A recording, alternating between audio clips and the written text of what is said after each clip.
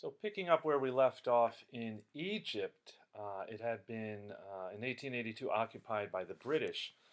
And you might remember that this all began with the fact that Egypt had become heavily indebted, particularly to the British and French. There was also concern about maintaining some kind of control over the Suez Canal. But when the British came in, right, and that had led to the dual financial control, where the British and French were managing the finances of Egypt, eventually leading to a kind of Egyptian national uprising, which the British then occupied the country to suppress. And at the very beginning, the British indicated that the occupation would be very temporary. It was primarily about getting Egypt's finances in order, after which the British would withdraw. So that was in 1882. The British would actually remain in Egypt until 1954 in one form or another. And so that reflects a number of considerations. It wasn't that the British were knowingly lying about their intentions. Part of the problem is when you become entangled in another country, it becomes difficult to extract yourself. Kind of the country's interests tied to that territory tend to kind of multiply. So in this case, for the British, it always became a problem of how to withdraw while maintaining some control over our interests, our national interests related to Egypt. Now, part of the reason they ended up staying there had a lot to do with the first British official put in charge of Egypt, Evelyn Baring, the first Earl of Cromer. So initially with the title British Controller, later Agent, and then Consul General of Egypt. And he would basically govern Egypt from 1879 to 1907 on behalf of the British. And the British government pretty much gave him free rein. And from a pretty early point, he had determined that, at least by his estimation, in order to reform Egypt's finances, you'd have to make all kinds of political, economic, and social reforms first. And so he pretty much decided from an early point that the British were going to have to stick around for a lot longer than they had originally thought. And to some degree, the British government deferred to him. He was kind of like Johnny on the spot, the guy who's over there, we should take his word for it. And he pretty much ran Egypt as an autocrat, even though technically you still had a viceroy. Uh, Egypt was still technically considered to be part of the Ottoman Empire, but in actual fact, Cromer, and it generally just went by the name Cromer, was the guy running the show. And he only resigned because there were massive protests because of an incident that happened in a place called Denshway. A number of British soldiers who had been out pigeon hunting had wandered into this village, Denshway, and had accidentally set fire to the house where they did the threshing. This had led to a kind of small-scale riot where one British officer ended up getting hurt, actually dying from sunstroke.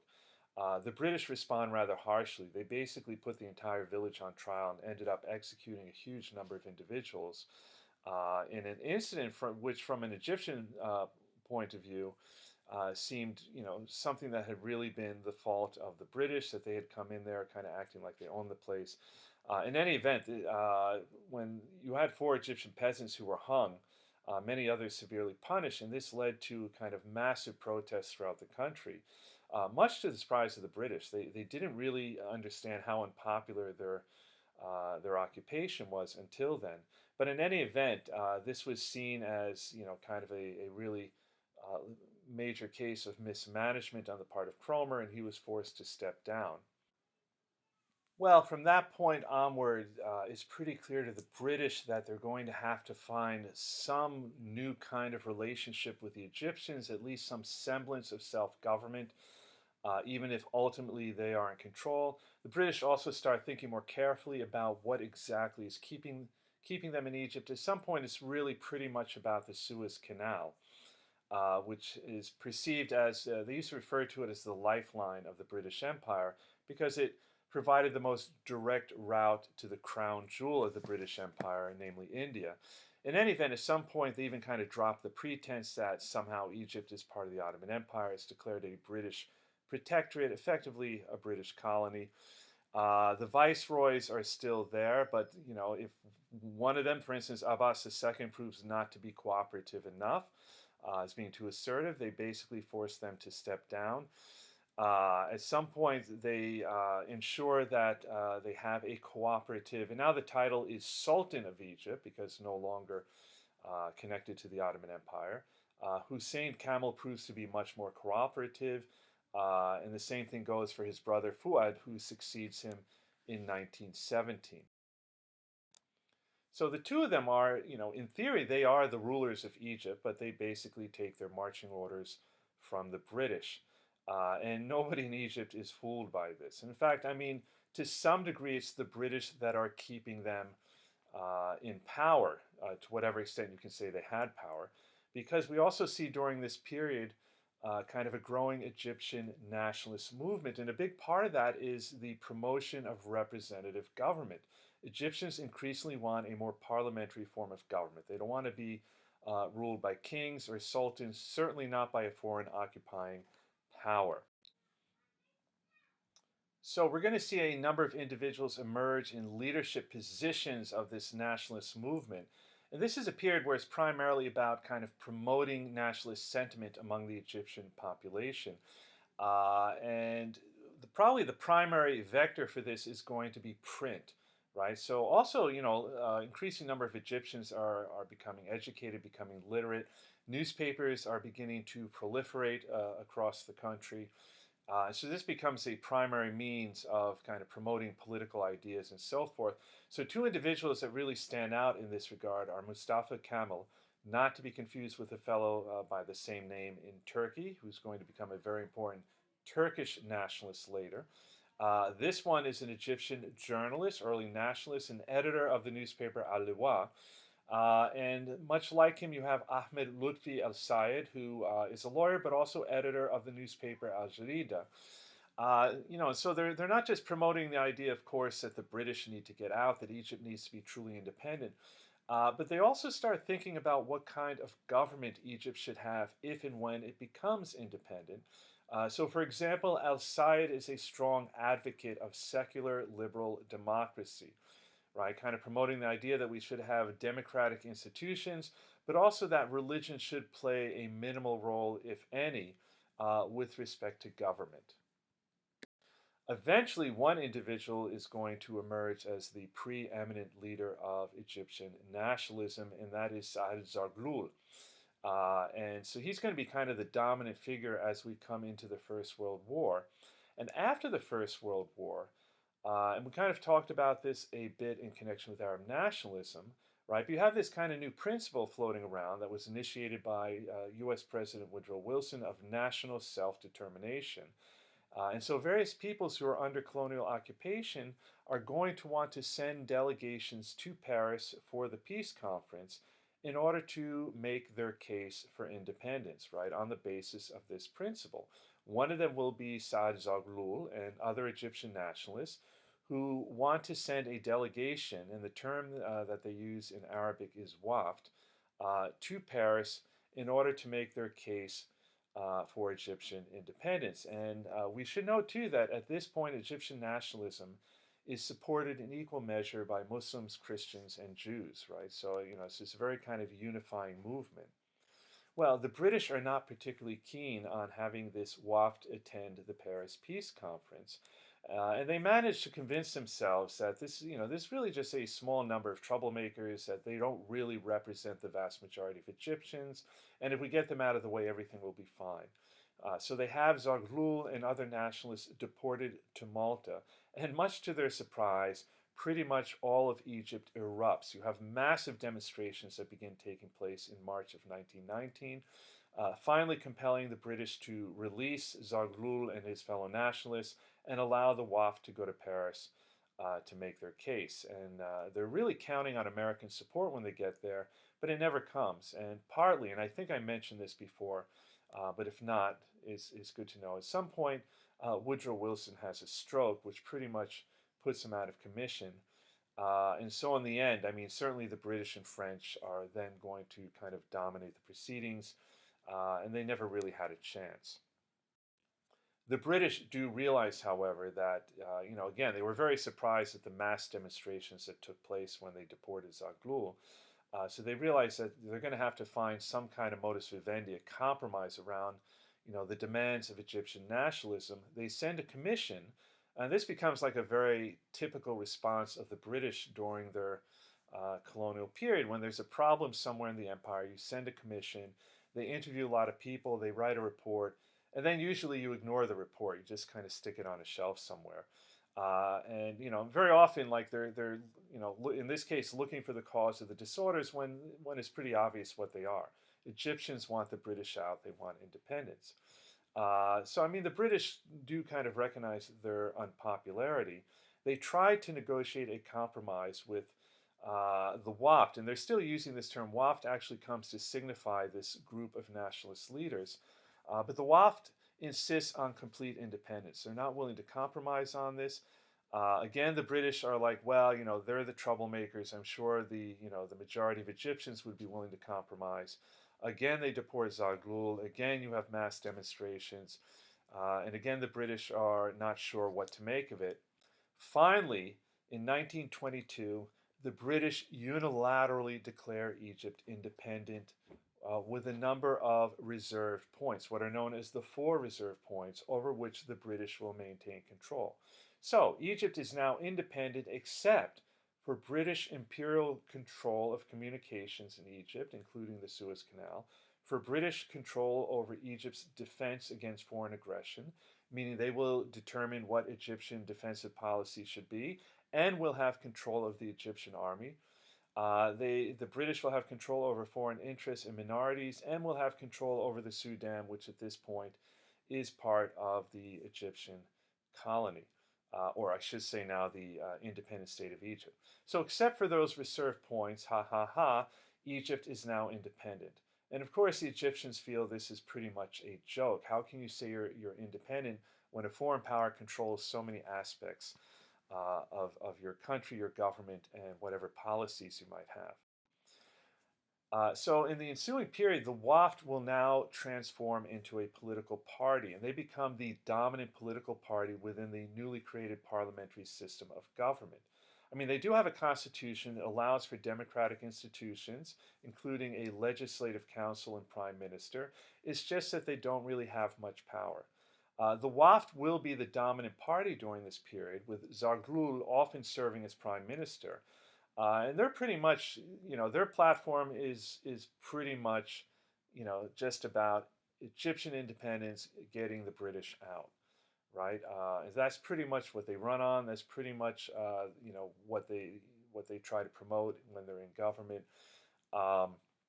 There's like, why even think about what kind of government we're going to have, what kind of social policies, what will be the place of religion until we're really truly independent.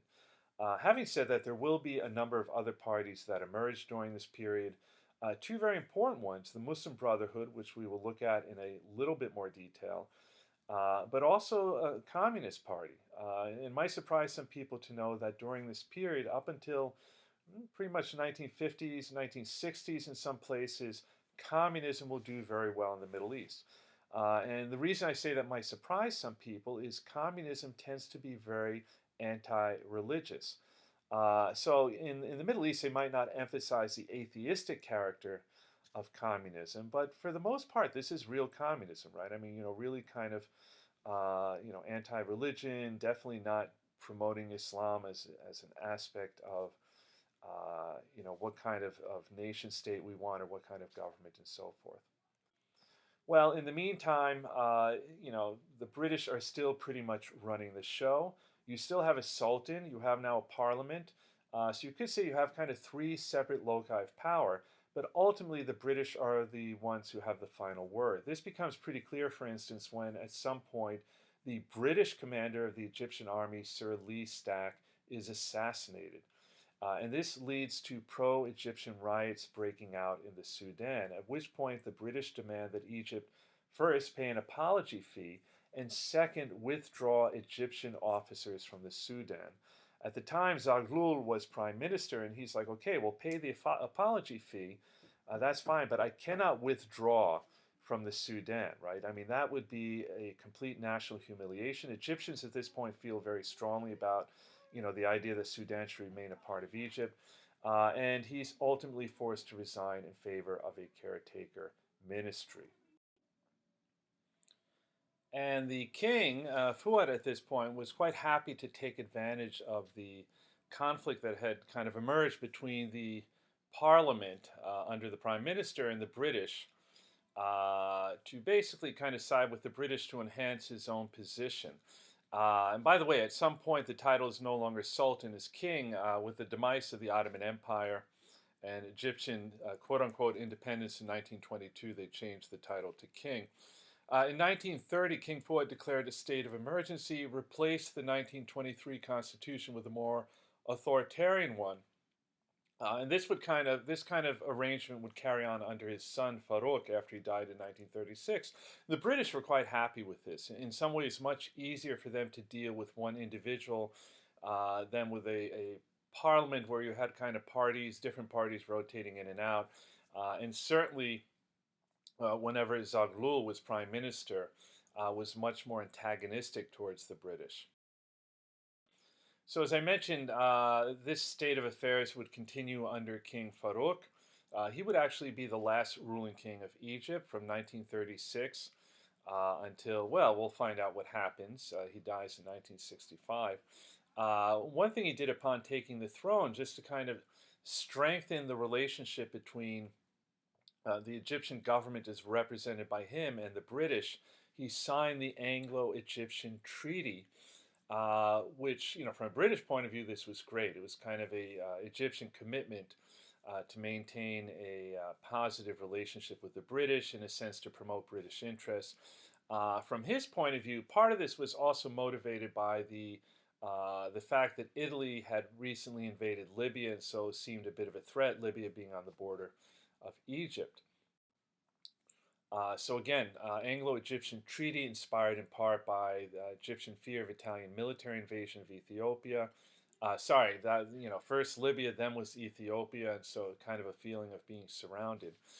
The basic terms of the treaty, it did kind of indicate that eventually the British would withdraw all troops from Egypt, even while maintaining a large military presence around the Suez Canal. In theory, that would be evacuated by 1949 as well. And you might be thinking, well, if you're an Egyptian nationalist, this at least is better than nothing. It does seem to be kind of the promise of a kind of fuller independence down the road. But many Egyptians at this point were not prepared to compromise in any way, shape, or form with the British. They also didn't trust the British, so I mean, they're like, fine, you're going to have a military presence around the Suez Canal. You say you're going to leave there, but, treaties are very often renegotiated and so forth.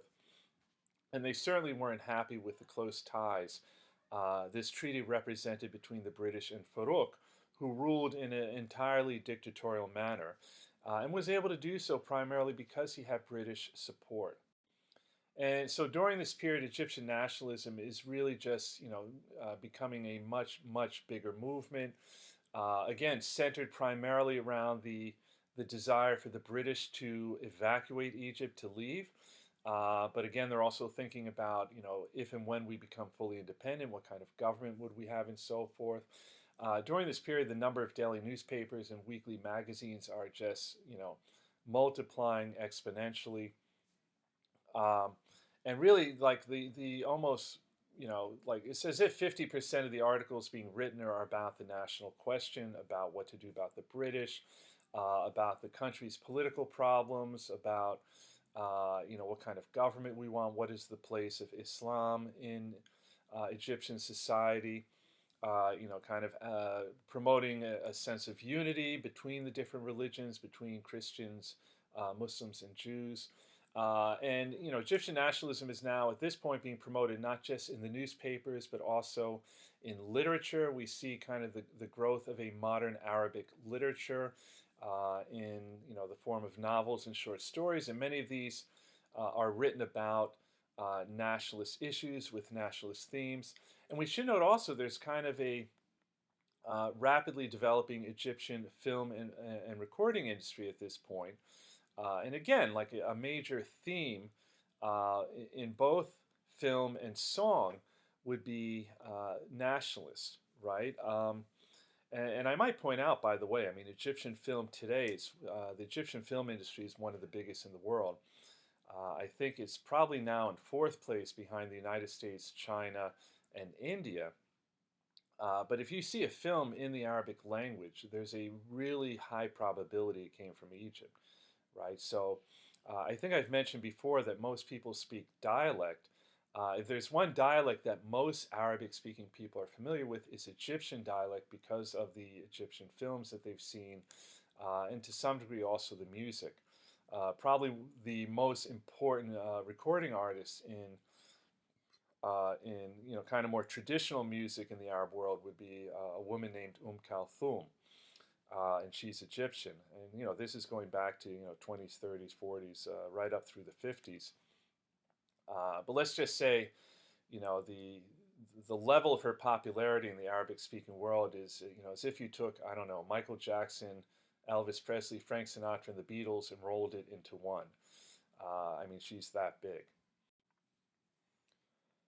So eventually we come up to the Second World War, and by that point, the British position in Egypt has become almost untenable. I mean, the level of resentment and animosity towards the British is huge. But of course, at this point, the British have much bigger issues to deal with the war in Europe. And in fairness to the British, I mean, it is somewhat understandable that they really want to be sure that they don't have to deal with any kind of uprisings in their colonial empire. They certainly know that there is a certain degree of sympathy for the Germans in Egypt and the other Arab territories. A lot of this is really just simply, enemy of my enemy is my friend kind of thing. It's not, that there's a huge sympathy for Nazism or something like that. But the British really want to be sure that they don't have to worry about any problems, on their back. And so in 1942, the British ambassador in Egypt basically issues King Farouk an ultimatum. He's like, listen, we're concerned that, some of the members of government in the parliament, some of the parties there have expressed sympathy for Germany and so forth. We want you to appoint a government that will make it clear that they intend to uphold the terms of the Anglo-Egyptian Treaty. But just to make sure that Farouk goes along with this, while the British ambassador is expressing his view and basically saying, please sign here on the dotted line, the royal palace is being surrounded by British tanks. Needless to say, Farouk is going to acquiesce to British demands, but this is going to leave a hugely bad taste in the mouths of Egyptians. And any illusion that Egyptians might have had, or anyone had, that Egypt was somehow an independent state, this pretty much demonstrated that that was hardly the case. But after the war, the British really understand, like, these guys, like, they hate us. And, we have to think very carefully. So what is it we care about? Really, it boils down to the Suez Canal. And by 1947, most British troops had withdrawn to the Suez Zone, right? This kind of territory surrounding the canal for a few miles on each side. But the tensions are still running high. For a lot of Egyptians, this is not sufficient. I mean, they want the British out completely. And then war breaks out with the newly independent state of Israel in 1948. And so for the next year, more or less, the various Arab states, including Egypt, will be united in opposition to Israel. United, I should say, in quotation marks, because in many respects, it's a poorly coordinated effort, and ultimately Israel prevails. So it's a somewhat humiliating defeat for the Arab states, including Egypt, and it certainly does a lot to discredit the government of King Farouk. This failure, in a sense, is kind of laid at his feet. And we should mention at this point another political organization has become very prominent. We briefly noted the Muslim Brotherhood. And by this point, they've really come to constitute probably the primary opposition party with respect to the Egyptian government, and certainly with respect to the British occupation. Muslim Brotherhood was founded by Hassan al-Banna in 1928. And so, they basically advocated that Egyptian society, any future Egyptian government should be based on the principles of Islam. But not, we should understand in a progressive sense. They're just saying, yes, we agree that we should be moving forward, but the manner in which we do so should be rooted in our own, kind of native values and so forth, such as are related to Islam. By the Second World War, the period right after, they've become extremely critical of the Egyptian government. So they become a major, kind of source of opposition to the British, and certainly trying to arouse the Egyptian population against the British. And so at some point, you're going to see kind of demonstrations taking place, things getting violent. At some point, Egyptian commandos are sent into the Canal Zone to fight against British troops.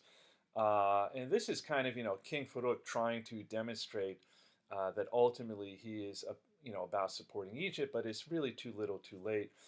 In any event, the British retaliate rather strongly. Ultimately, then like even within Egypt proper, a large number, 50 Egyptian policemen are killed by the British.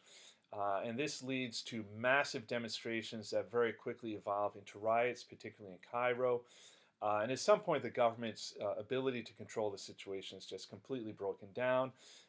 And it's against this backdrop that a military coup takes place. On July 23rd, 1952, a group known as the Free Officers overthrow the old regime and basically install a military junta in control of the government under the leadership of General Mohammed Naguib. What quickly becomes apparent is that he's really just a figurehead. There were a number of officers involved in this coup, right? It was all part of a larger movement known as the Free Officers Movement. And at some point, it becomes apparent that really the main figure among these officers is a fellow named Gamal Abdul Nasser. And they had pretty much just put Naguib kind of up front because he was an older, more well-known figure up until then. But by early 1954, it's pretty clear that Nasser is the real leader of the new regime. And he is made president, but president with extraordinary powers. And he will govern Egypt from 1954 until his death in 1970. And during this period, he will be probably the most important figure within the Arab world politically, and one of the most important political figures internationally. Like if you were, kind of living during this period, he would be one of the most recognizable faces and names that you might come across.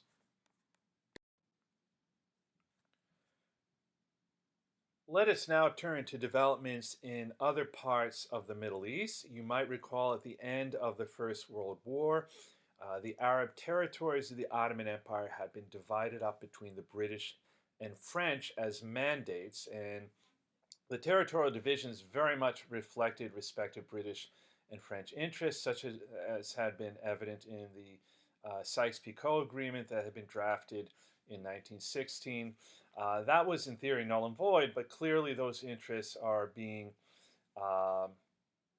kind of determining the outcome here, right? So the mandates are divided up into three different territories. On the one hand, you have Syria, which initially includes what will become Lebanon. That is given to the French. And then to the British, we have Iraq and Palestine, which initially includes what you see there on the map designated as Transjordan. And that probably is the one biggest difference vis-a-vis Sykes-Picot, because Jerusalem and the territory surrounding it had originally been designated an international zone, but it was occupied by the British during the war. They were able to kind of renegotiate that particular element of it. And you might recall that they've also signed on to something called Zionism. They had issued the Balfour Declaration indicating their support for the creation of a Jewish national home in Palestine.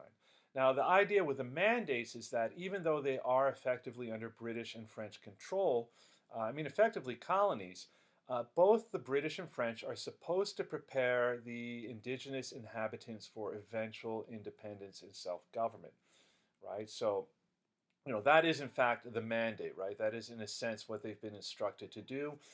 This is under the auspices of the newly created League of Nations. The problem is there's no timetable as far as what point should these territories be made independent, and second of all, there's no clear definition of what independence means. Now consider that in 1922 the British made Egypt quote unquote independent. So in theory, independence in Syria and Iraq and Palestine could look very much like that, where you had these kind of reserve points that allowed the British and or in this case French to maintain control. Well, let us look at Syria first, right? And for many Arab nationalists, they kind of saw Syria as the heartland of any future Arab state or confederacy of states, right? Here is a modern map of Syria. So already you see Lebanon is a separate state, but it would have initially included that. And as of the end of the First World War, there had been established temporarily a kind of independent Arab government under Faisal ibn Hussein based in Damascus, right? And then, so Faisal Hussein was, the Arabs viewed him as the future king of what many imagine would be a kind of constitutional monarchy of this, future independent Arab state. But what they needed was to get the British and or, hopefully the French to support this.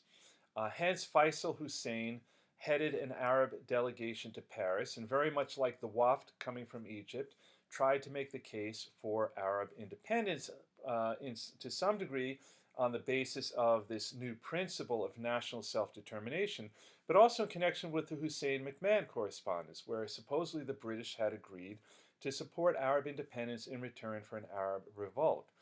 And so they really appealed strongly to the British in particular, but in the end the British decided that their quote-unquote friendship with France was more important than any relationship they had with the Arabs. And the French were making very strong claims on Syria, and ultimately the British supported it. And what happened is, at some point, the British army evacuated Syria, having occupied it during the war, and the French army moved in and chased Faisal Hussein out of Syria. One of the first things that the French did was to carve out a new Lebanese state. And this happened on September 1st, 1920. And the idea was to create a state essentially for a single population, the Christian Maronites, that resided around Mount Lebanon. Now, you'll note that I've used the term Greater Lebanon because the state they create is much bigger than what would have made sense if you're really talking about territory where Maronites made up the majority, right? So this newly created state is going to include territories not dominated by Christians at all and that have large populations of both Sunni and Shiite Muslims, right? And the reason for this is they considered that if you really only created an independent state out of the territory where Maronites made up the majority, it just wouldn't be big enough to be viable, right? Just to remind us, who are the Maronites, right? So the Maronites are a distinct sect of Christianity. Many of their practices very similar to Eastern Orthodox Christians, but they also have some, practices, traditions, aspects of their liturgy that are very unique to them.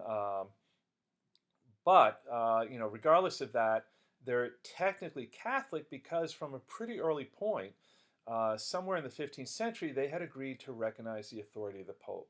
The basic deal was that the Pope wouldn't impose Latin Catholicism, right, like the practices that exist in the Vatican. They wouldn't impose them on the Maronites, but in return, the Maronites would recognize the authority of the Pope. And in connection with this, the Maronites would, over the centuries, develop very strong ties with France in particular, both politically and culturally, right? So by the time we get to the First World War, the French have a very strong relationship with the Maronites. They're very supportive of their, in this case, political ambitions, and thus agree to create a Lebanese state specifically for the Maronites. But again, right, you see on the map on the right there, the kind of bright pinkish color, that's probably what would have made sense if you're only including territory where Maronites and perhaps some other Christians make up the majority, right? But the state they actually created is much bigger, as you can see. Again, they felt that in order to make it a viable state economically, And territorially, it just needed to be bigger. You needed to include what you might call the hinterland, where you had kind of economic ties. But that means you're now pulling in a large number of Sunni and Shiite Muslims who don't want to be part of a Maronite-dominated Lebanese state. I should note that also non-Maronite Christians are not too keen on this. So, there's a lot of obstacles that are going to have to be overcome to create some kind of unified Lebanese state or Lebanese identity. And this map here kind of gives you a clear idea about the diversity of the population in terms of religion, and to some degree, kind of,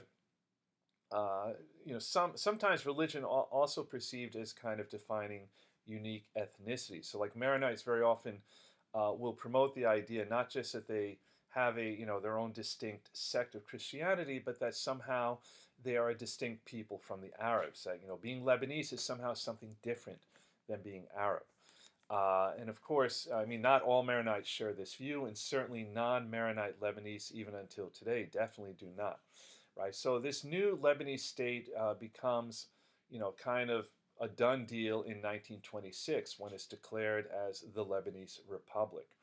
Right. But you can see right from the map. So you have Maronites, uh, and that would be kind of the brownish areas there. But then you have also the bright pink, and that represents kind of areas that are predominantly Shiite, and then the lighter pink where you have kind of sizable Sunni Muslim population. You'll see it on the map. You can also see, hopefully, you can see the codes for the different colors.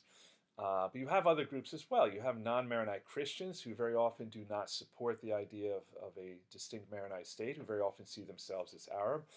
We should also note you have a kind of heretical Islamic sect known as Druze. And part of the reason you have Druze and Shiites living in this area is because it's very mountainous. So both Shiites and Druze were very often oppressed by the Ottoman government, so they tended to hide out in mountainous areas where it was difficult for the army to get at them. But Druze often seeing themselves as also almost like a kind of distinct ethnicity. Regarding their specific beliefs, I'm not going to get into that here, partly because there's a lot of debate about what exactly it is Druze believes. They're very secretive about their beliefs. Even Druze who haven't kind of come within the inner circle very often don't know all aspects of their faith. Very interesting group in any event. So this is kind of the issues. The main issue with this newly created Lebanese state is how do you forge some kind of shared identity out of these different groups. Meanwhile, over in Syria, one individual is going to kind of take on a leadership position with respect to Syrian nationalism and the desire for Syrian independence. Right. So remember, the French are supposed to be grooming them, preparing Syrians for eventual independence. But it becomes pretty clear that they're really taking their sweet time with this, and it's not clear exactly what the French have in mind, as far as what constitutes independence. So this individual, Hashim al-Attasi, becomes kind of the leader of the Syrian nationalist movement, and he had actually been a prime minister under King Faisal during this very brief period where Syria had been kind of independent. And so that was kind of the basis in part of his political reputation. So eventually the French do agree to kind of negotiate some kind of compromise. He becomes kind of the person representing the Syrian side at the table. And the French agree to some kind of partial independence to eventually withdraw its troops. But then at the very last second, the French parliament refuses to sign off on it. So they basically renege on this agreement, and in 1939, Hashim al-Attasi resigns in protest. And a lot of this reflected the fact that, again, with war looming on the horizon, the Second World War just around the corner, the French government was reluctant to change anything with respect to its empire that they felt might create problems down the road. So how do the Syrians eventually become independent? Well, the French, some of you might know, by 1940 they had pretty much surrendered to the Germans. So a good part of France is occupied by Germany. One small part of France is allowed to remain independent, but as a kind of puppet state with a new capital located in Vichy, hence why it's often called Vichy French. And so Syria effectively becoming a colony of that puppet state. In 1941, the British Army, along with the Free French, managed to liberate the country, and they're able to gain Syrian support by promising full independence once the war is over. But then when the war ends, the French are disinclined to honor this pledge. They basically renege on it. You could say it's the second time they've done this. And the Syrians begin protesting. And then finally, on May 29th, 1945, the French respond by attacking the Syrian parliament building with their troops in Damascus. In the end, though, to some degree, the Syrians are saved by the newly created United Nations. The Security Council issues a resolution demanding French withdrawal from Syria. It's partly because we're now about to enter a period of decolonization, right? There's this kind of growing sentiment after the Second World War that the European powers should give up their colonies and allow them to become independent. So this creates a lot of international pressure on the French, and they finally are compelled to comply. On April 17th, 1946, the last French soldier leaves Syria in what comes to be known as Syria's National Day, kind of day of independence. The story in Lebanon is actually pretty similar, right? Again, it ends up becoming a colony of Vichy France. Again, it's kind of liberated by the British with the Free French. Again, there is promises to give it independence. Elections are actually held in 1943, at which point the Free French have now occupied Lebanon. Now, the French actually thought that this newly created Lebanese government would be quite happy to keep the French around, right, because of their strong relationship with the Maronites, kind of feeling the Maronites really won't survive on their own without French support. But one of the first acts of the new Lebanese government is to unilaterally abolish the mandate. This happens on November 8th, 1943, much to the surprise of the French, who react by throwing the new government into prison. But then again, you have this kind of mounting international pressure. And finally, the French release the government officials that they had imprisoned and accept Lebanon's independence. And again, this was actually kind of a surprise to everyone. As it turns out, the Maronites had been negotiating with the Sunni and Shiites about how to share power in a future independent Lebanese state. And this resulted in an unwritten agreement known as the National Pact. So it came out of negotiations that were held in 1943. And basically, it's laying the foundation for Lebanon as what we call a multi-confessional state, right? So religious identity is still going to matter a great deal. In some ways, it even takes precedence over any kind of shared Lebanese identity, but they've arrived at an agreement to share power on the basis of which religious group you belong to, right? And so there are some other aspects as well. So first of all, there's going to be kind of a quota within the parliament, right? X number of seats are going to be reserved for each religious group. Maronites will be the single largest group. That's based on a census taken in 1932 that shows that they have a slight majority, not an absolute majority, right? I mean, the collective non-Maronite population is bigger than the Maronite population, but there are more Maronites than any other single religious group. By the way, there's not been a census taken since 1932, mostly because the Maronites have resisted such a thing, because everyone pretty much knows that this is no longer the case, that they are no longer the biggest religious group. But in any event, coming back to the National Pact, right? So first of all, regarding the parliament, you have a quota system, right? Second of all, there's kind of an agreement made regarding the nature of Lebanese identity, right? So the Maronites accept that Lebanon is in some sense Arab. They use the expression an Arab-affiliated country instead of a Western one, right? And related to that, the Maronites agree that they will never seek foreign intervention, i.e. from the French or anyone. And in return, both Shiites and Sunnis agree to abandon any aspiration to unite with Syria. They accept that Lebanon is a separate independent state, Initially they didn't like the idea that Lebanon was being kind of lopped off Syria, but they're like, fine, Lebanon is a distinct, separate, independent state, but it is an Arab-affiliated one. And then finally, how to share power with respect to the executive branch. The president of the republic would always be a Maronite, and the president has the most power. The prime minister, president of the Council of Ministers is the official title, will always be a Sunni. And the prime minister initially is appointed by the Maronite president.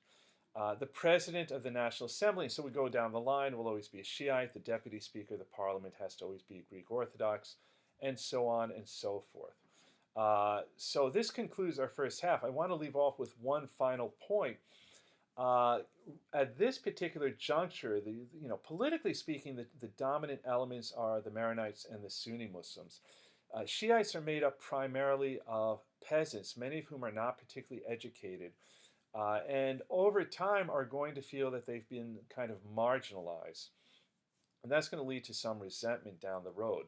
So just kind of looking ahead. But we'll stop here and we'll pick up with the second half of the lecture, looking at the other two mandates, Iraq and Palestine.